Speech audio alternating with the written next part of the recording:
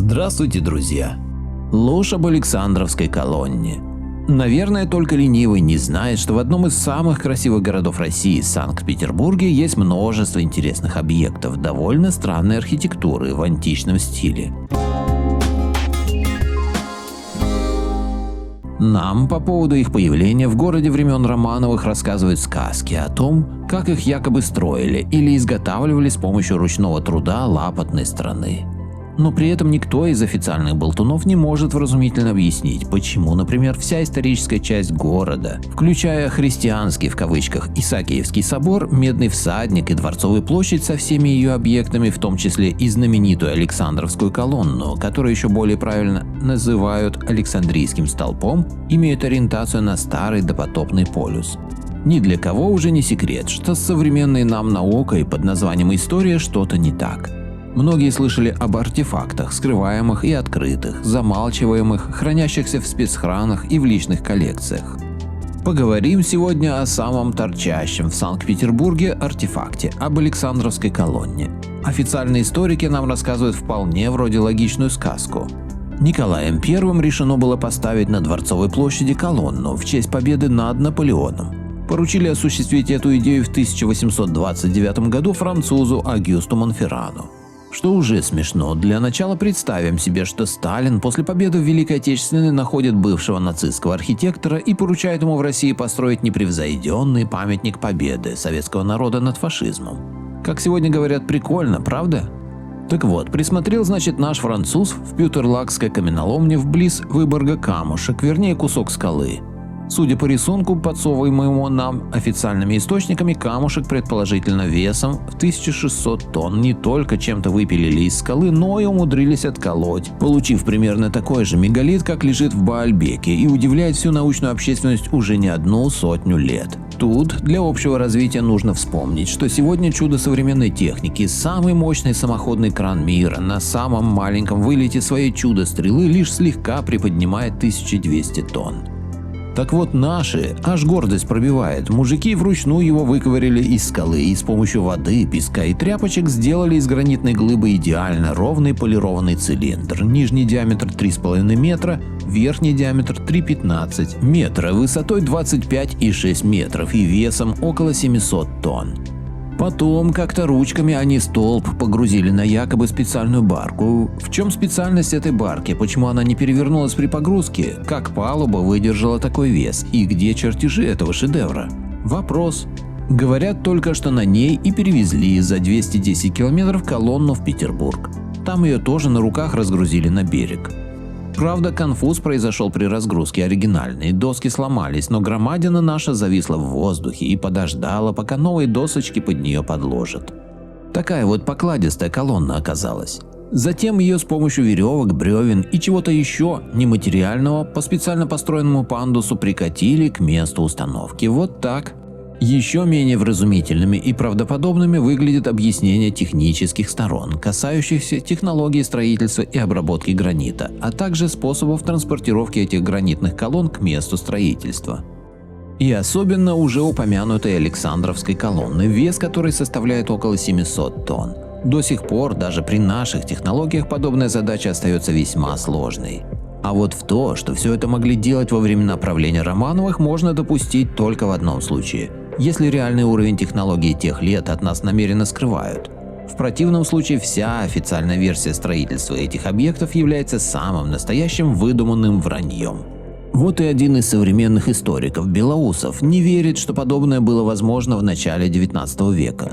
Например, мне очень понравился его рассказ на Славянском народном радио об официальной версии изготовления в кавычках и транспортировки Александровской колонны. Вот что он по этому поводу сказал. Вернемся к двум творениям, приписанным Монферрану. Возьмем только одну колонну, потому что это самый наглядный критерий. Итак, символ Петербурга – Александровская колонна, она же Александрийский столб, исполинский монумент высотой 47,5 метров и весом гранитного ствола колонны 612 тонн. Заготовка была 1000 тонн по одной версии и 4000 тонн по другой. Нижний диаметр колонны 3,66 метра, верхний 3,19 метра, то есть она сужается кверху. Но еще забавнее, что официально при погрузке все 28 брусьев настила переломились, и колонна упала на край судна.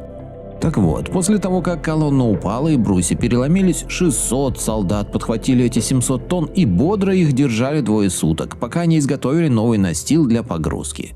Я вам повторю этот чудо-маразм. 600 человек держали 700 тонн. Это больше тонны на человека. Гераклы какие-то, а не солдаты. Надеюсь, вы понимаете, что это уже шизофрения. И что, вы этому вранью верите? Кстати, что интересно, эти солдаты, согласно официальному вранью, бежали перед этим 36 верст, 40 километров за 4 часа. Бог с ней, что это марафонская пробежка и не все выдержат, но ведь упавшая колонна в 700 тонн не утонула, пока солдаты к ней бежали 4 часа, а просто немного накренило судно. Вы в своем уме?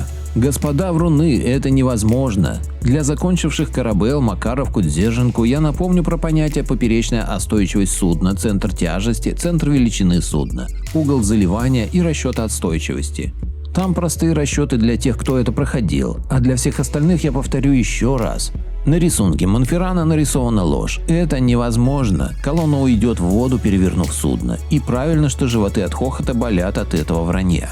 А для тех, у кого животы еще не болят, добавлю, что официально за 8 лет до этого у Исаакиевского моста утопили 2 колонны для Исаакиевского собора. Так вот, эти колонны подняли со дна Невы, тоже ровно 600 солдат. Не иначе Гераклы. Кстати, о специальной лодке вы будете смеяться, но официально эту гранитную глыбу в 1000 тонн везли якобы сверху на палубе, то есть без остойчивости. Это называется до первой волны и бульк. Кстати, вы знаете, что водоизмещение крупнейших деревянных галеонов для Атлантики тогда было 350 тонн максимум, и это с разделением по трюмам. Но не умели тогда строить больше. Технологический скачок был через полвека. Именно через полвека технологии совершили скачок, и появились большие железные пароходы и подъемные краны. И вот интересный факт. В 1879 году из египетской Александрии в Нью-Йорк был доставлен обелиск «Игла Клеопатры». Он втрое меньшего веса, всего 244 тонны. Так вот, для того, чтобы его доставить, пароход подняли из воды в док, проделали дыру прямо в трюме, погрузили туда обелиск, заделали отверстие. Когда приплыли в Нью-Йорк, опять пароход подняли из воды, снова разрезали корпус судна, потому что груз всегда должен находиться ниже ватерлинии. Это азбука, его нельзя размещать на верхней палубе. Потому это нужно быть ослом, чтобы такое написать. Кстати, мы и сейчас такой вес не можем переместить. Представляете, наша техническая цивилизация не может. Осенью 2017 года рабочее колесо гидроагрегата Красноярской ГЭС везли на барже под истерику. Уникальная в мире операция. Первый раз в истории. Знаете, сколько весило это рабочее колесо? 244 тонны. То есть современная техника Земли не может перевести цельный объект массой 700 или 1000 тонн. Сегодня мы с трудом перевозим 250 тонн, а 2 века назад могли перевозить 1000 тонн? Да вы заврались, господа. Теперь про подъем, опять же для молодежи. Обычный автокран – это от 14 до 50 тонн. Есть японские Като и Камацу, есть китайские XMG. Обычная грузоподъемность у всех этих кранов от 60 до 300 тонн. Все, что больше 300 тонн, это поднял, положил. На одном месте краном. У нас в стране есть огромная кран-балка на Саяно-Шушенской ГЭС. Она поднимает 500 тонн. Но просто подняла и опустила. Есть немецкий кран Липхер грузоподъемностью 1200 тонн, но он не может двигаться с таким грузом, а только поднять его и опустить. Кстати, помните Царь-Колокол? Его отлили в 1733 году. Он весит 202 тонны. Поднять-то его не смогли. Это мы осмотрели доставку, а теперь второй технический вопрос – изготовление. Промывка сознания людей, увы, работает и работает. Тысячи митрофанушек, не умеющих ни анализировать, ни думать, не знающих факты, с истеричным надрывом защищают сегодня романовское вранье.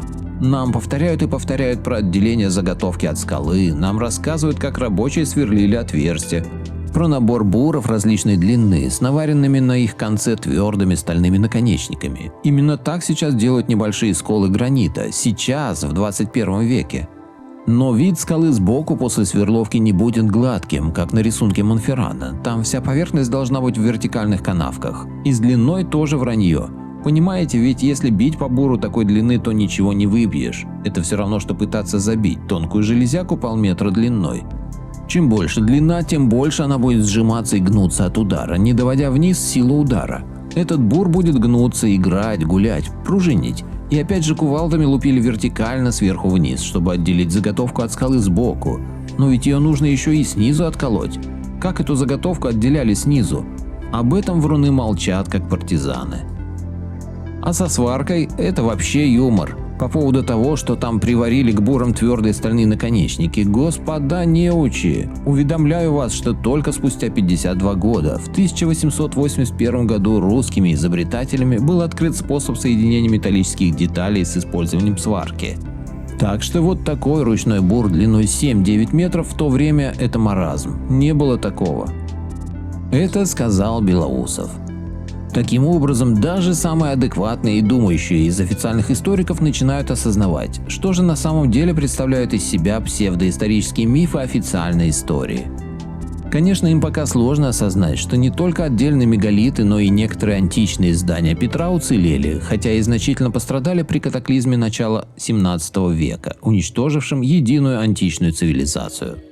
И вовсе не было никакой моды на античность у новых правителей мира в различных странах, ибо в первую очередь они восстанавливали и реставрировали те здания, которые лучше всего сохранились, и даже надстраивали верхние этажи. Единая античная цивилизация была по всему миру. Нет никакого сомнения в том, как на самом деле отстраивали во времена Романовых Санкт-Петербург, Кронштадт, Петергоф, Петродворец и многие другие города единой античной ведической цивилизации, сам факт существования которой является одной из самых запретных тем официальной истории. А что это за люди, которые все это скрывают и врут, наверняка вы сами догадались. Благодарю всех, кто подписался на мой канал и смотрит мои видео. Ссылка на статью в описании. Поделитесь моим видео в соцсетях с родными, друзьями и знакомыми. Люди имеют право знать все точки зрения. Всем спасибо за внимание, буду рад вас видеть на своем канале снова.